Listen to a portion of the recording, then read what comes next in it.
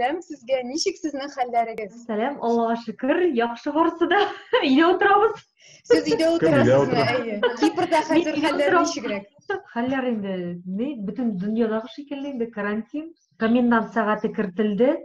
Кичке 9-дан иртәнге 6-га тиклем бөтенләй күренергә ярамый. Көненә бер тапкыр гына чыгарга мөмкин SMS хәбәр җибәреп, инде безгә 8 пункт бирелгән. Даруханәгә бару мөмкинлеге бар, кибеткә инде, табибка, менә шундый инде экстрен рәвештә каралган пунктлар безгә бирелде. SMS хәбәр җибәреп, һәм шулай чыгабыз инде. Һәм эшкә йөрергә ярый. Эшкә йөрергә ярый. Кайбер компанияларга. Әйе. Шул исәптән безнекенә дә мин эшкә йөрим, офиска йөрим. Илнарга удаленно эшләсә дә була читтән торып инде, ләкин ул 2 көн генә безнең белән чыдады. Юк инде алай түгел. Юк, сезнең белән өйдә булгач гөр чәй эчәсе килә, ашыйсы килә, эш дие юк, кайгысы юк ди. Мин ул төшетеге нигә барып утырам, берзенә бер бүлмә, иркенләп, рәхәтләнеп эшлим. Балаларга ошый да әле онлайн уку, чөнки безнекеләр менә утыра сәгать 8-дән. Алар инде менә 40 минут укыйлар, 20 минут ял, менә шулай Zoom программасында инде. Шуңа көн саен 5 дәрес. 5 дәрес сездә. 5 дәрес укыйлар. Өй эшләре күп бирәләрме? Сәгать ярым эчендә алар эшләрен эшләп бетерәләр, ни эшләрен. Нормально. Коронавирус белән бәйле вәзгыять ничегрәк сездә? Авыручылар күпме? Кичә укыганнардан әйтәм, безнең инде әле 694 кеше авырый. Кичә көнгә бу бөтенләй ни буенча инде. Кипр утравы буенча, монда төрек ягын алып та, һәм инде грек ягын алып та инде 12 кеше үлде безнең, 8 кеше ир-ат, һәм инде 4 кеше хатын-кыз. Көненә әлеге вакытта 30 тирәсе авыру менә билгеле була инде, чөнки инде тестлар үткәрелә, 20 мең тест үткән шикелле бушка, һәм инде хәзер инде кибетләрдә сатучыларында инде кемнәр инде менә кеше белән эшли, аларның барсын да тестировать итә башладылар. Шуңа төште. Безнең 50-58 тирәсе бара иде, хәзер менә 30 тирәсенә күчте.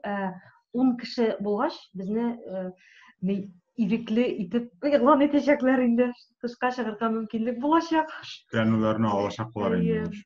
Аңлашылды. Сезнең хөкүмәт нәрсәләр дип әйтә? Авыруның иң югары ноктасы әле үтелде дип әйтәләрме? Бездә ни үтелде? Авыруның бездә чөнки беренче очрак 10 мартта теркәлде. Һәм 17-сеннән комендант сәгате кертелде инде.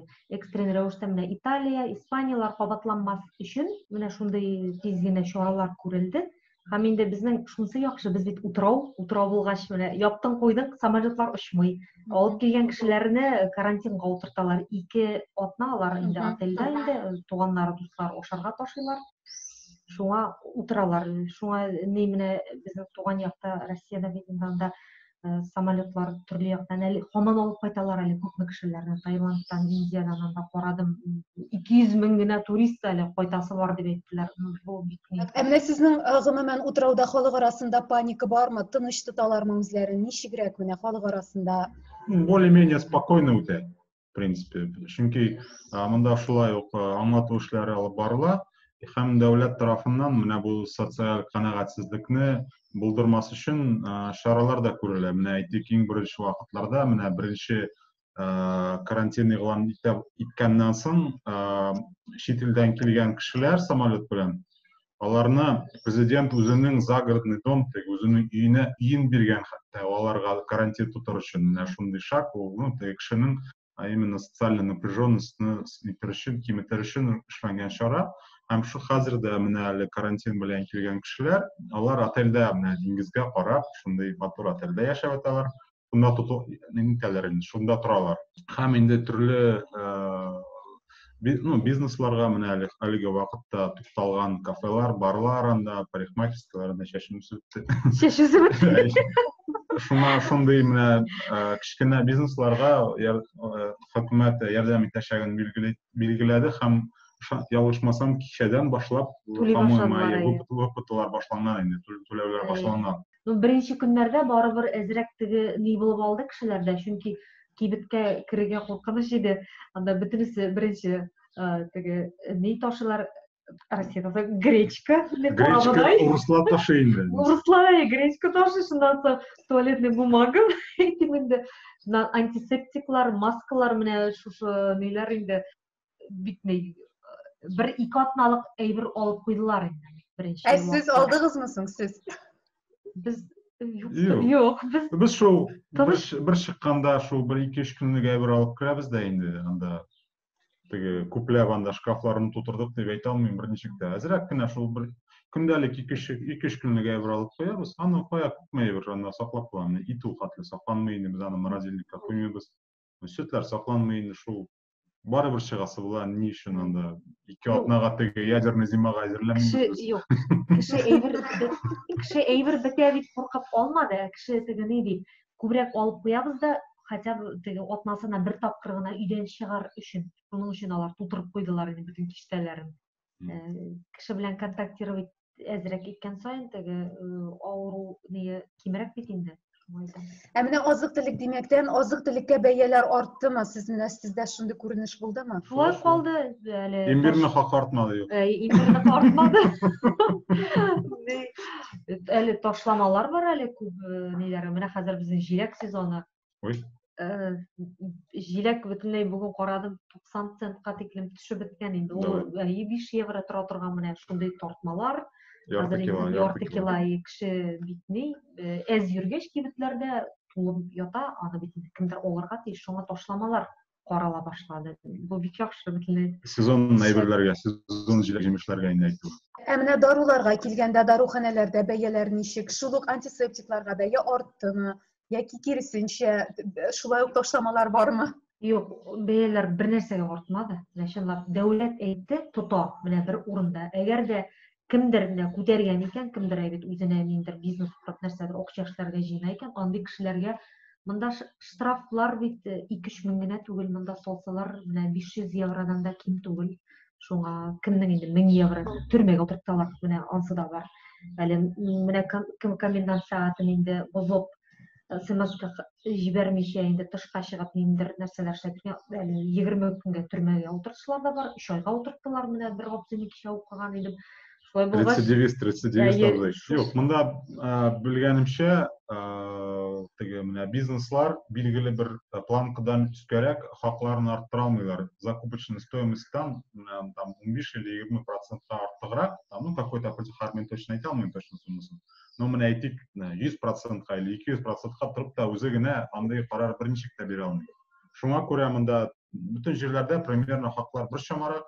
И андай теге ничектер менә теге сезонный там үсеш или теге из-за повышенного спроса андай теге хаклар үсеш юк, аны наоборот мондагы бизнесменнар просто күбрәк товар сата алу форсаты дип күрә. Bizde bit 200-300 сумлык имбир дә 3000 сумга кадәр кыйммәтләнде. 5 меңгә дә күргән идем, анда җибәрделәр.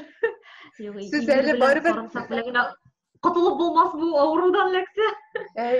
Siz әле барыбер Россиядәге хәлләрдән хәбәрдар, шулаймы? Бүтән Хәбәрдар, без бит инде монда бүтән туганнар, дусларында көн саен беренче исәнбез, саумы, ничегендә хәл безнең хәлне түгел, коронавирус нәрсә эшли анда, ничек котырамы шулардан башлады. Һәр иртә. Шушы карантинның кайчан тәмамланасы турында фаразлар әйтәләрме? Бездә әйтәләр инде 15 майлар, ну әле безнең 30 апрельгә кадәр карантин каралган. Шуннан соң әкренләп инде менә карап, где-то 15 майларга чыга башлыйбыз бугай. Ну укулар быел булмас дип әйтәләр. Менә 8 класста улыбыз укый, 14 экзамен булырга тиеш иде. Экзаменнар быел булмый. Шуңа аларның инде 15 июньгә кадәр 1-2 атна укулары гына булачак инде. Самолетлар туристларны июль башында кабул итә башлыйбыз дип әйттеләр. Шуңа әле Но бу фараз гына иде, шулай да ситуация карап теге карар бирәчәкләр бит инде аңлыйбыз. Менә 2 атна үткән саен ниндидер менә карыйлар да, кайсы катабан теге барабыз алганмы, артканмы, инде шул, ну без инде ышанабыз барсы да яхшы булыр дип. Менә 27-28 градус кояш кыздырачак, алдагы көннәрдә диңгез юлы аша гына утырабыз диде. Читтән карап кына.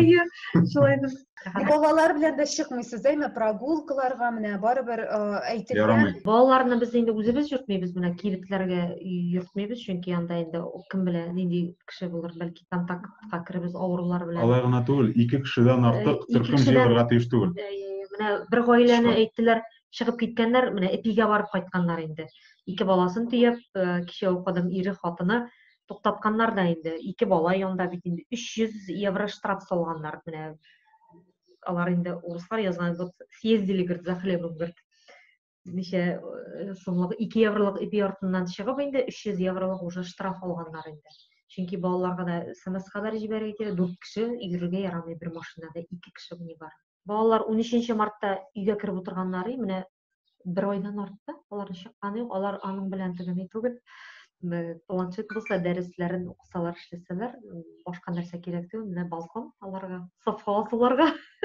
Ләкин шулай да сездә эшкә йөрү ярый, рөхсәт ителә. Ну, bütün иләгәдә түгел. Список бар, менә нинди отрасльләрдә компаниялар эшләргә яраган, офиска чыгарга яраган. Ну, безнең күпчелек, әйтик, компаниянең 90% диярлек өйдән торып эшлиләр инде. Читтән торып эшлиләр өйдән. Ну, теләгән кеше без менә офиста без 3-4 кеше шәрәхәт. Бер үземә бер этаж утырам. Кипрда татарлар күпме? Үзара аралашып торасызмы? Татарлар без инде менә хат юллаганда да инде мәдәният министрлыгына әле язган идем, 300-гә якын татар яши дип инде. Безнең 26 апрельдә Сабан туйларга тиеш иде бит инде. Хәзер аны да күчердек. Көзгә дип торабыз, октябрь айына. Әлбәттә, бераз кайф төште, нәрсә эшлисең инде. Татарлар белән юк, менә без шунда очраша идек. Менә Алла бирсә дип көтәдер инде менә апрель айында. Чөнки без бит инде булай дуслар белән көн аралаш, көн сайын телефон белән булса да аралашып торабыз, хәлләр ничек, бер-беребезне пешерергә өйрәтеп, инде күбесе миннән сорый инде. Also пешмәк ничек пешерәләр, чәкчәк ничек пешерәләр, онлайн чыгабыз, туры эфирда пешерәбез. Шулай покага әлеге безнең аралашу удалённо гына. Ну, дус, тату, әйбәт яшибез. Нәрсә эшлисең инде? Мин 10 ел буена Татарстан, Башкортстан менә шул якларда әйтем, алып барып җырлап йөрдем, гастрольләрдем, шундый бурный актив тормыштан Кипрга килеп урнаштык бит. Ну, монда минем сүлпәнрәк, әмма барыбер үземнең урынымны таптым. Менә шул Сабан туй белән дә башладым, мастер-класслар да үткәрәм. Шуңа туган көннәр, юбилейлар туйда үткәрдем монда инде беренче тапкыр. Украиннар иде, урысча алып барырга туры килде. Ну, алар татарча җырларга сорадылар миннән. Менә туйда. Шуннан соң Кипр урыс фестивалендә катнаштым. Менә Масленицаларда татарча җырлыйм. Һәм инде төрле мәктәп юбилейларында, бәйрәмнәрдә барып җырлыйм татарча. Чөнки минем монда күп дуслар бар, организаторлар, алып баручылар, алар мине беләләр. Шуңа ярдәм сорыйлар, мин рәхәтләнеп инде барам аларга ярдәм итәргә. Кулымнан нәрсә килә, барсын да эшлим. Менә сезнең гаиләдә балалар үзара татарча сөйләшәме? Гомумән татарча аңлыйлармы? Без әле менә Казанда яшәп, улыбызны татар садигына бирдек. Менә анда тәрбиячеләр урыс булып чыгып, ул инде бала урысча өйрәнеп кайтты. Менә андыйлар да бар. Ул Садикка кергәндә урысча белмиде, садикта урысча өйрәнеп кайтты. Менә шуңа татар садигына. Татар садигында менә алайда була. Шуңа кешесен инде без инде аңлый, белә, сөйләшә, дәваниләре белән, нәнәйләре белән татарча нормаль. Карантинлар тәмамлангач, сезнең иң беренче планлаштырылган эшегез. Нәрсә эшләргә хыялланасыз? Сукырга барабыз, кичәгенә кенә сөйләшкән идек, йөгерәбез юлаша сукырырга, шул кадәр диңгезне сагындык, шул кадәр диңгезне яратабыз менә. Чөнки монда ел әйләнәсенә кояш, менә шуны аңладык. Кешегә кояш җитми икән. Кояш булса, бернинди депрессиядә юк, күңелдә ниндидер тынычлык, шатлык. Шуңа теге теләк шул. Һәрвакыт теге кояш нитеп торсын, кешене җылытып торсын, рәхәтлек бирә, тынычлык бирә кешегә. Амин. Диңгез дигәндә шуны әйтергә кирәк, теге юл аша гына булгач, ниятеге чыгып карамыйсыз дип әйтә, дип уйлаучылар булырга мөмкин. Чөнки безнең монда диңгезгә керер өчен, во-первых, паркны үтеп чыгарга кирәк. Теге шундый тар гына парк теге башланып китә, әйме? И ул паркта, и ул диңгез буе да общественный урын дип санала. İçtimai урын, шуңа күрә анда гомумән чыгарга ярамый. Чыксаң 300-500 евро штраф. Анда патрульләр йөртә, шулай итеп, анда чыгарга ярамый. Шуңа теге юл кырыйннан гына барасың, күренә, янына барып булмый. Татарстанга, Башкортстанга Менә карантинга кадәр еш кайта идегезме? Карантин беткәннән соң да планыгыз бармы? Бер кайтып килергә. Нар инде 2 ел кайтмады шикелле. Шулаймы син 2 ел була. Җәй. Әти-әниләр килеп китте, монда ял итеп инде бершәр ай торып, рәхәтләнеп. Әле менә әле дә килергә тиешләр иде, карантин планнарын бозды. Шулай үзебездә тагын ялларга барырга тиеш идек. Анысы да калды, күчердек. Нәрсә эшлисең? Әйе, бөтен дөнья изоляция. Әйе. Мин үзем инде бер 3 тапкыр кайтып киләмдер елына. Инде июль айында җыенабыз кайтырга. Алла бирсен. Сагындыртты. Алла бирсә. Илнар Расул, шушы бик кызыклы матур әңгәмә өчен бик зур рәхмәт сезгә. Инде Алла бирсә карантиннар тәмамланып, сезгә дә менә уйлаган планнарыгызны, теләкләрегезне тормышка ашырга язсын. Һәм кабат элемтәгә тоташканчыга кадәр сезнең белән саубуллашып торыйк.